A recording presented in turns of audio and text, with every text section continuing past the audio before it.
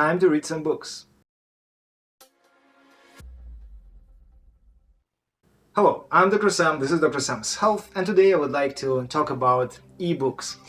In my previous video, I spoke about how tedious the process of preparing to make videos and to edit them is, and I realized that I really don't have much time to do so I would rather do some regular videos once a week, for example, and I would do it without much of a preparation. So today will be one of these videos. I'll continue my series of reviews of different consumer products, and today I would like to talk about Kindle Oasis.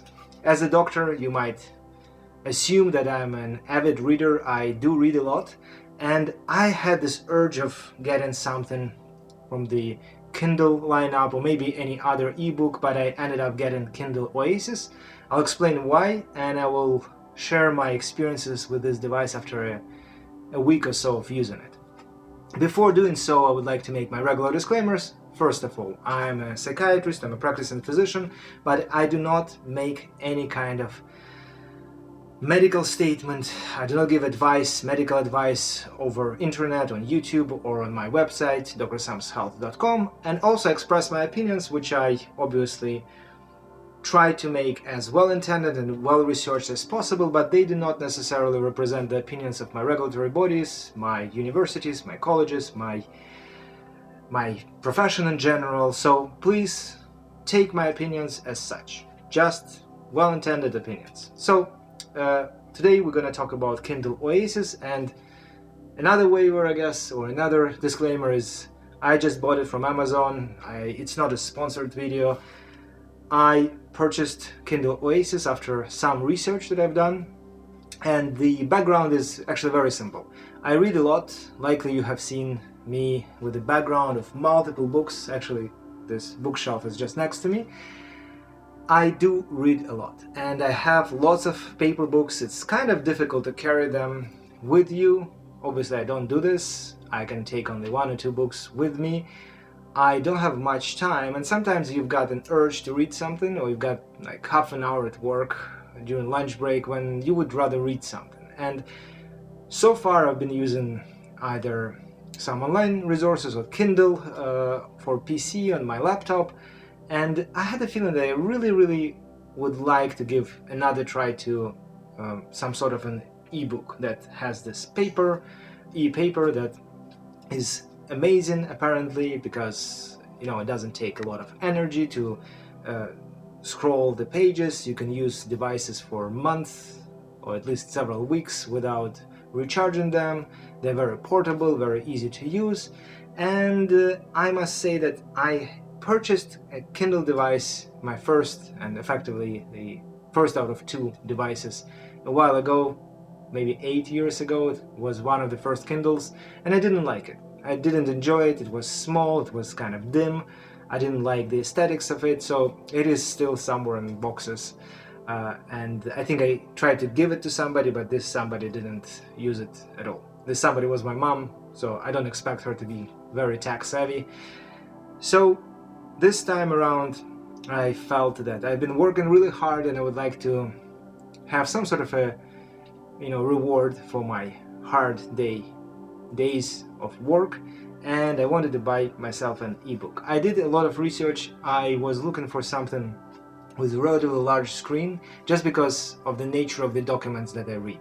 I read lots of PDFs, and these PDFs are not really good for devices like this because these devices are too small. But also I really wanted to I watched a couple of movies, and I really wanted to read the books behind them, like Dune or The Witcher. I also am a big fan of Hemingway, of Robert Heinlein, one of the greatest science fiction writers ever. And I realized that I spent so much time reading some professional documents that maybe I would find something that would allow me to read professional books as well as some sort of science fiction or fiction. So I ended up getting Kindle Oasis because it has a relatively large screen. It's completely compatible with Amazon Kindle, which is my main source of literature and lots of other things. And on paper it looked like a great device. 10 weeks or so of battery life, a bright screen, warm light if you need so, no reflection as advertised. It has great aesthetics, very premium feel to it, and I will start reviewing actually right away. So I've got this device. As you can see, I have it in this little cover. The reason why I have it in cover is because actually the device itself is very light and it has very nice aesthetics, but it's kind of slippery. And I've read about it and I thought it's somebody's imagination, but it turned out that it's actually a little bit difficult to hold it in your hands because it kind of slips away. So with the cover, it gives it a very nice, even more premium feel, and it's actually very easy to hold it. When we're talking about holding the device, I must say that it's still pretty light even with the cover, which adds, I don't know, 50-70 grams, and it's kind of easy to hold, but it's a little bit too big, to be honest. I can hold it like that, but then it's hard to switch pages. It has physical buttons, so it's actually quite easy to switch to scroll pages. The actual functionality of this device is pretty good, especially given the type of the screen it has, this or ink paper. It's actually easy to use, it's relatively fast, it is quite bright, and it does have this warm light. It's a pleasure to read. But I must say that I'm quite an old school guy. Actually, one of my patients today told me that you are old school because of my choice of medications. But I'm used to read paper books. And one of the first books I've started reading on this was actually Hemingway. I've read a couple of chapters of Movable Feast, and it was kind of okay to read. But you know, I wanted to try it with something more professional. And this professional choice would be this Gordy's Epidemiology, a really great book. I would highly recommend anybody who has any interest in epidemiology, especially these days when we got this COVID pandemic and so on, to read this book. Beautiful book, very simple language, very concise, laconic, good examples. And I had a sample of this book on Kindle, and I started reading it. So I'll show you this page. It's a title page. Obviously it's not in color, and this is a funny thing actually about all this kind of devices. For researchers, it's almost a faux pas to use color illustrations. For decades we are conditioned to not to use 3D charts and not to use color because of the printed papers are usually printed in black and white. So ironically, the very first book that I picked on Kindle was this Gordy's Epidemiology, and they say directly that, you know, in this edition, it was 5th edition, we decided to go with colorful diagrams, so I cannot enjoy it already. The next thing that kind of struck me right away was this. I hope you can see it, that the word epidemiology doesn't even fit the screen. It's a pretty large screen, by the way, and I understand everything. I think the fonts are scalable, but you know, it is almost offensive to my sense of aesthetics, and I don't like it. The next thing is you know, you have to scroll a lot, and each time you read something, you got a very small window where you can kind of read the text, and you don't have a sense of where you are in the book. It might sound like a little bit of a too much for a regular user, but you know, when you read Hemingway, when you read fiction, it is fine. With something like textbook, it's actually easier to use a textbook. So my experiences with an actual book are much better. And I'll just open the book for you, and there are lots of things on the margins of the book. It's not like fully colorful book, but they have lots of different colorful elements that make reading this book much easier and much more rewarding, if in a way comfortable. So with this device it was not as easy to use, or maybe I'm just not used to it, but I just realized that it's not my thing. I don't like it for this purpose. So I don't want to talk about the price of this device because it's relatively steep. I've paid around 400 Canadian dollars, all taxes included, for the device itself, with the cover, with some accessories like a charger. But it's a pretty hefty amount of money, and it's comparable to something like iPad mini that would give me a similar sized screen with colorful screen, with an ability to use to read books in full color with much better response rate. And when I was thinking about that, I just realized that there is something else that is in my pocket all the time, which is my cell phone. And I'll show you two screens just for your comparison. So here is Kindle Oasis, and here is a screen of iPhone 12 Pro Max. So you can see that the sizes are pretty much the same, at least like vertical size. Yes, the Kindle Oasis is slightly wider, but in terms of the quality of the picture that I have on iPhone, it's much better. Plus I can play videos, I can switch to some websites if I'm reading some sort of a document that has hyperlinks, and lots of books on Kindle have hyperlinks, so you can go check some sources, and for a researcher it's actually quite important. Finally, I realized that this device, as cool as it is not something that I could carry in my pocket. It's just slightly too big, and even if I could, I wouldn't, because I've got my phone in my pocket, I've got my keys in another pocket, I might have some tools, something else that I carry around, like my laptop, some papers. So there is not much point in carrying another device, so I'd rather put it in my bag. And since it becomes an extra device, it greatly reduces its portability. By that I mean that as a user who sometimes have moments when I just want to read something, it's much easier to pull out my cell phone from my pocket and read off the cell phone rather than reaching out for this device, opening it and navigating it.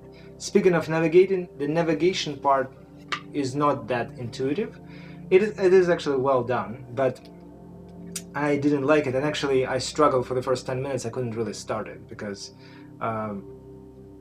I had to actually read the instruction, the manual, in order to realize that in order to get to the menu you have to tap on the upper side of the screen. I was trying to swipe, and every time you swipe you get into one set of settings, which is like brightness and so on, but if you want to access the library of books or some other things, you have to tap. Not a huge deal at all, you just have to read the manual and learn how to use this device and get used to it. But having said that, I'm not that impressed with this device, or rather say that I'm impressed with this device because of its aesthetics, the portability in general.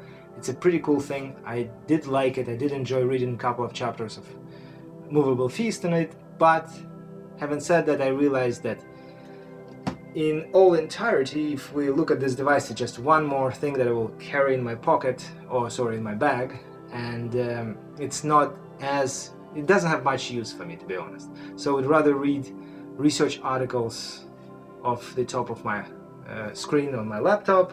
I would rather read actual textbooks or books like this one in print, and if I need a quick read of something when I have like 15 minutes or so, I can read off the cell phone. Having said that, there is one more item that I would like to cover, and I'm not talking about technical details of this device because there are multiple reviewers who already spoke about that, and I, as a customer, I don't really care about whether it's 7 weeks of battery life or just 6, whether it's so many gigabytes of memory or more or less, it doesn't really matter. What really matters to me is this one aspect, is eye strain. So I read a lot, and I must say that these days, especially with Zoom, I spend a lot of time in front of my computer screen and a lot of time looking at my phone. iPhones or any kind of smartphones, they have pretty bright screens, and they can cause some eye strain. Plus there is something called blue light, the spectrum of the light that is associated with sunrise in some sort of primal areas of our brain. And people who read off cell phones, they usually have a tendency of developing insomnia over time. It's much more harder to fall asleep if you're reading in your bed, which you shouldn't do obviously, but if you're reading off your phone, likely there is some blue light emission, and this blue light sends your brain a signal that it's time to go to bed. Sorry, it's time to wake up, and accordingly you cannot fall asleep easily, and it leads to some long-standing health issues and sleep issues. Fortunately, most of the smartphones, I've got iPhone, they have something called dark mode and night mode, when they can help you eliminate blue light, and it already helps a lot. These devices like Kindle, they do not have this blue light problem to begin with, but also they are said to have little to no reflection. So when you are reading in an open air, there is some bright sun, you're sitting next to the pool and read, you are supposed not to experience any problems with glow or glare. And first of all, I realized that I don't have many opportunities to read just sitting at the poolside, and if I were at the poolside, I would likely not read anything. But also I just tested standing next to bright sun, next to my balcony, and I tried rotating the phone, and I realized that it has pretty significant reflection, which would not allow me to read under certain angles. It's way better than a typical laptop screen or a phone screen, but still it is there. Phones are just super reflective, but on the other hand, most of the phones, at least this one, they can adjust their brightness, and they can become super bright when you are in a bright environment, and the reflection will not be as problematic as it used to be. So, having said that, I think it's time to wrap up this video. All I have to say is that it's a beautiful device, but in a way it's a niche device. So it's good for people who read on the go, which I don't have much use for. It is good for people who read fiction, not for people who read some professional documents or books, like textbooks. And I just don't have use for it. And I would highly recommend it for somebody who has a use for it, but I realized I would be better off just reading off the screen or carrying a book with me if I have to. So, dear Amazon, thank you so much for giving me an opportunity to try this device and return it. And I'm actually, often I return things to Amazon without any kind of postage fee. I'm happy to pay postage fee because I did use this device for a week. It is a very high quality device. I really enjoyed certain aspects of it, but it just doesn't work for me. So that is all I want to say today. If you have different experiences or maybe suggestions in terms of ebook readers or reading of certain devices, in general, reading devices or reading, let me know. I'll be happy to discuss it. Put some comments, hit the like button. By the way, I never said today, please subscribe, support my channel. Check out my website, drsamshealth.com. I've got some tools for you there, some blogs of mine, and that's it for today. It's a wonderful Saturday. I just actually came from work. I've got a very ridiculous working stats, and yeah, I have to go back actually. Maybe I will work out and then go back to work. I've got lots of clinical notes to write, but it is still a wonderful day, and I will do my best to enjoy the sunlight today, and I hope you will have a wonderful day too. Thank you for watching my channel. Once again, subscribe, hit the like button, leave comments, and I will see you in my next video. Hopefully I will be able to stick to this regular video making pattern. See you soon.